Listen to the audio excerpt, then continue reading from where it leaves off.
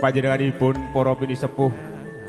para sepuh ingkang satuhu para ing pamasmi wah lebda ing pitutur ingkang saestu kinabekten para manggalaning praja satriyaning negari minangka pandoming kawula dasih ingkang satu kinurmatan sumramipun dumateng sagunging para tamu kakung saha putri ingkang binerkahan mring Gusti ingkang murbeng dumadi mardikeng tias mugi sih wilasa wilasaning Gusti ingkang dahat katedha kalingga murda dumunung sih mudiastawa ingkang ing sarandoning badan mugi wonten kepareng jasad kula nothok korining wicara hambabar salokaning pawiwahan rambut kang cedhak mripat manggis kang awarna kuning mugi kinalesna ing bendu panyendu cinaketha ing puji rahayu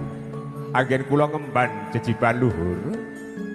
ngraturaken menggah tata urut rantaming adicara ingkang sampun rinantam dening kula wangsa nurinjih angadani dawuhipun Bagus Rosid Fadil Almul Karom Sarjana Pendidikan ingkang sampun jinatukrama kalian Roro Ayu Hanifah Izati Sarjana Pendidikan bebasan umbul-umbul rontek mirong kampuh bondan tanpa rati